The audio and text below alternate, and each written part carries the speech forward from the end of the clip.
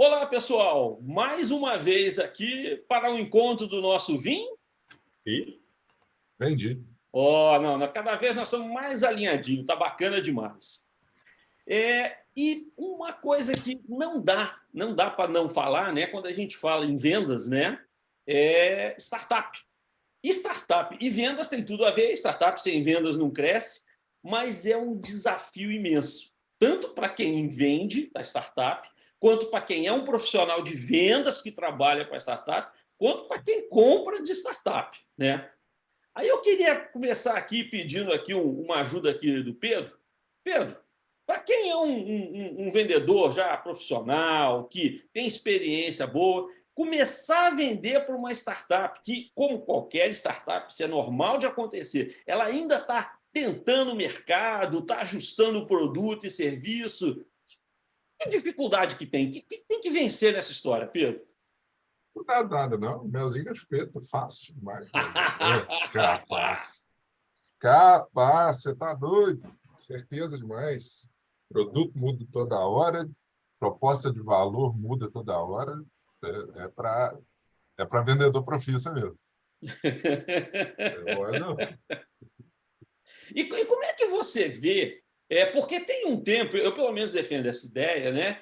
Que tem um tempo que é o founder, os caras que fundaram é que tem que ficar lá testando o cliente para ver e ajustar. Alguém de fora não tem ainda essa percepção toda. Você concorda com isso? Você concorda que tem uma hora certa para a startup ter um vendedor mais profissional para trabalhar para eles? Ou ele deve estar desde o início? Como é que você vê isso?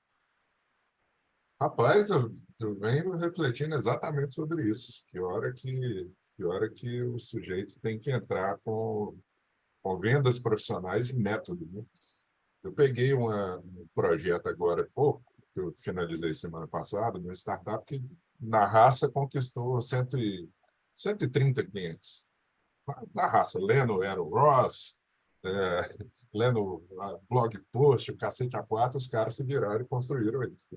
E com base nisso aí, refiz as estratégias comerciais dos caras, entre outras coisas, mergulhando nos dados que eles mesmos geraram, que é fundamental para poder fazer essa virada de chave e definir uma estratégia mais assertiva agora, né?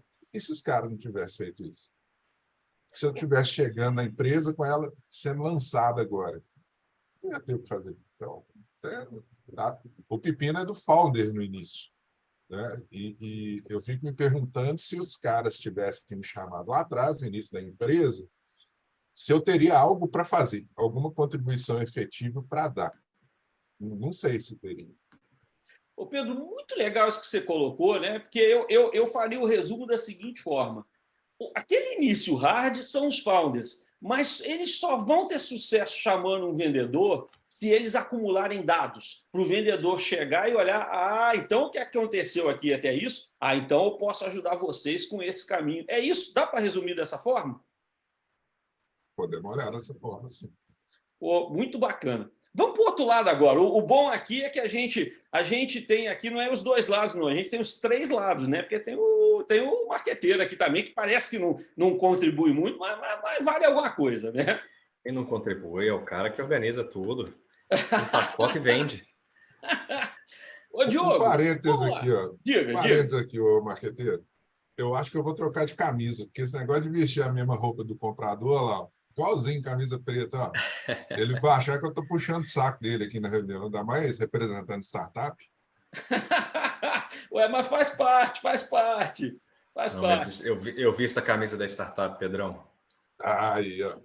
Ô, Diogo, conta pra gente o seguinte, né? É aquela situação, né? Pô, o founder, ele é alguém que ele não tem experiência de vendas, ele tem dificuldade nesse relacionamento, e ele chega do outro lado e encontra, assim, uma figura, assim, totalmente Sim. experiente, assim, é um gavião olhando lá para um bichinho indefeso, tá?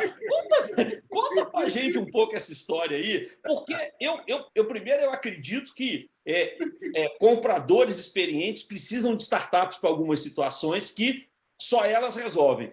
Mas como é que acontece isso e que conselho que você dá para os caras de startup? Fala para a gente aí.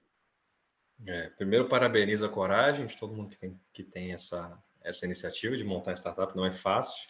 Normalmente o cara que é um founder é o cara apaixonado e provavelmente é a pessoa que tem mais informações para poder vender aquilo ali de início, né? Acredita de verdade, veementemente naquilo que está vendendo. Mas ele precisa vender para várias pessoas, não é só para quem está comprando a solução em si. Ele tem que vender para o investidor, por exemplo, que vai botar grana para poder fazer o negócio crescer. Mas eu acho que o começo é sempre muito difícil você mostrar que a sua solução funciona. E funciona em escala. Eventualmente, você vai conversar com um cliente que é um pouco maior. Às vezes uma empresa não é uma pequena empresa, mas é uma empresa média, mas que já está na lida de contratar muitos fornecedores.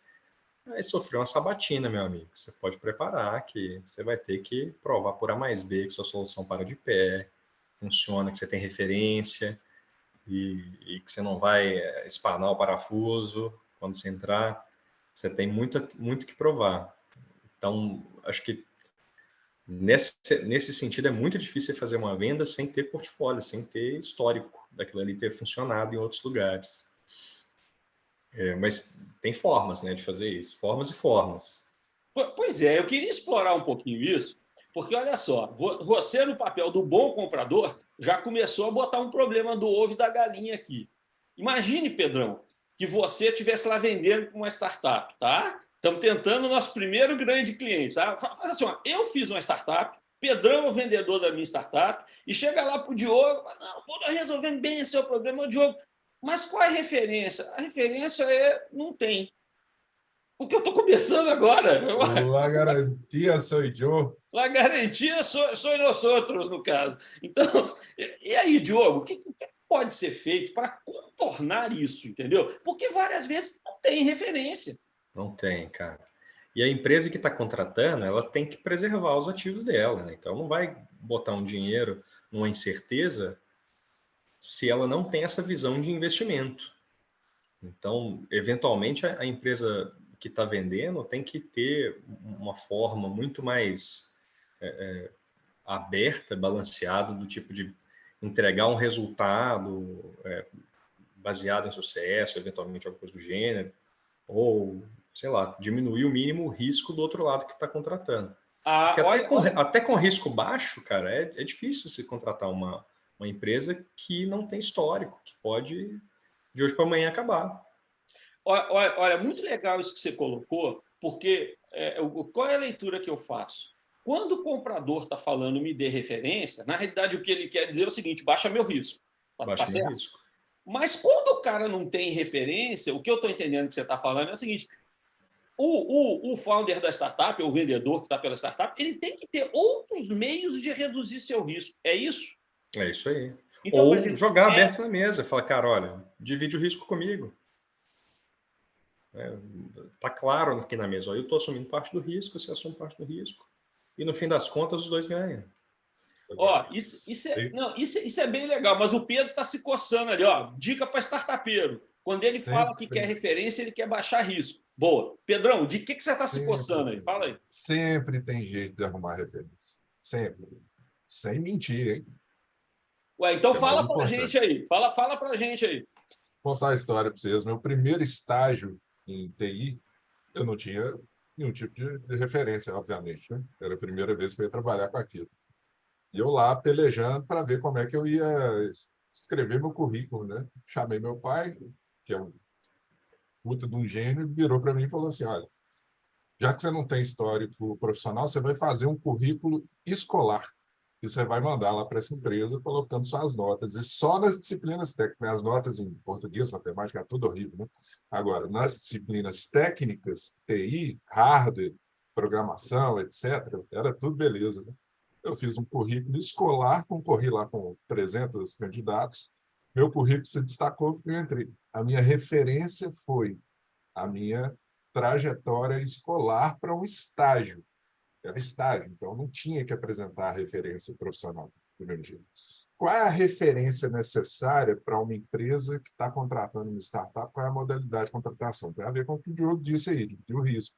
Mas o founder que está criando alguma coisa é porque, muito provavelmente, ele encontrou uma forma de resolver um problema, às vezes um problema antigo, ele arrumou uma forma inovadora, com base em quê?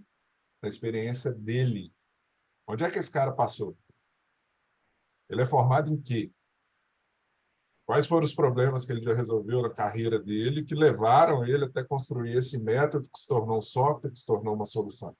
Isso é referência do meu jeito. Tudo bem que eu ainda não trabalhei para uma empresa grande, mas eu já trabalhei para 2, 3, 4, 5, eu entendo tal cenário de complexidade, eu já passei por esse pepino e você está sendo a minha primeira empresa desse porte. Porém, eu estou credenciado para resolver esse problema por conta da minha experiência pessoal, dessa empresa menor que eu já passei, dessa, daquela, que vai embora. Sempre tem jeito. Currículo escolar. Olha só, bacana. E você tocou num ponto e eu vou checar aqui com o Diogo. Porque uma das coisas que um investidor, né, e o próprio Diogo falou que você vende, inclusive, para investidor, e é isso mesmo, se você não vender, não põe dinheiro em você. E uma das coisas que o investidor olha é o time, é a capacidade do time. O time quando eu estou com startup, eu falo assim: ó, se vocês falarem que vão fazer um app para controlar um foguete que vai para a Lua, quem entende disso? Se não tiver ninguém que entende disso, eu estou fora dessa startup, tá certo? E o que você está colocando, Pedro, muito bem colocado, seu exemplo é o seguinte: a experiência pessoal, principalmente do time, ela contribui para isso. Você enxerga dessa forma, Diogo? Quando o cara fala, não tem cliente nenhuma, nosso time, temos essa experiência, você concorda? Total. E para investidor startup, não investe em empresa, ele investe em pessoas. Se ele não confia na competência daquelas pessoas, não vê o fogo ali para poder fazer o negócio rodar, é difícil fazer investimento. Se você tem uma boa proposta de valor, mas não tem um time adequado, é difícil. Mas eu vejo uma outra forma também de você qualificar o time, qualificar as pessoas, o time, que é participar de challenges, né? Participar de desafios, participar de né, esses eventos abertos para solução, que, na pior das hipóteses, caso a empresa não seja qualificada, você aprender uma forma de você não fazer o pitch. Mas os contatos que você faz ali, às vezes um MVP que você faz, e já começa a te qualificar, já ajuda para o seu currículo, né, Pedro? Não precisa ser só teórico, pode ser algo físico também. E as conexões que você vai fazendo dentro desses meios, elas geram mais credibilidade para sua empresa. Porque se uma das pessoas que está ali te conheceu daqui a, sei lá, 3, 4, 5 meses, vai fazer uma outra rodada de negócio, você acaba encontrando aquela pessoa, você fala, opa, eu já vi essa turma, conheço essa startup, participou do programa XPTO aqui, de aceleração, etc. Por mais que não ganhe nada, é importante participar. Ganhar experiência e ganhar nome. Ô, Diogo, muito legal isso que você falou, que eu estou entendendo que é um outro caminho para a startup reduzir esse risco, é se expor. Se você já viu em algum lugar, você achou que, opa, já ouvi esses caras, eles têm alguma coisa aqui. Agora, olha só, um ponto, estamos chegando aqui hoje no final do nosso papo aqui, eu queria colocar uma última questão para a gente colocar aqui, que é a seguinte. A startup, ela, obviamente, que ela tem garantias limitadas, tá certo?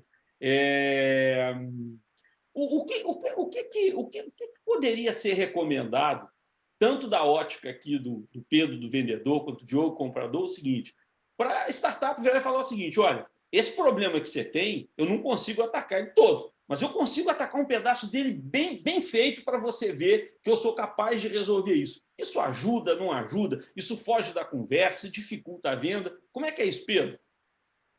Se chama prova de conceito, né? A famosa POC. Serve para isso aí. E, inclusive, um complemento que eu faço aí aos caminhos, tem duas coisas que a gente não pode esquecer quando a gente fala de empresa grande. Que empresa grande hoje que não tem departamento de inovação?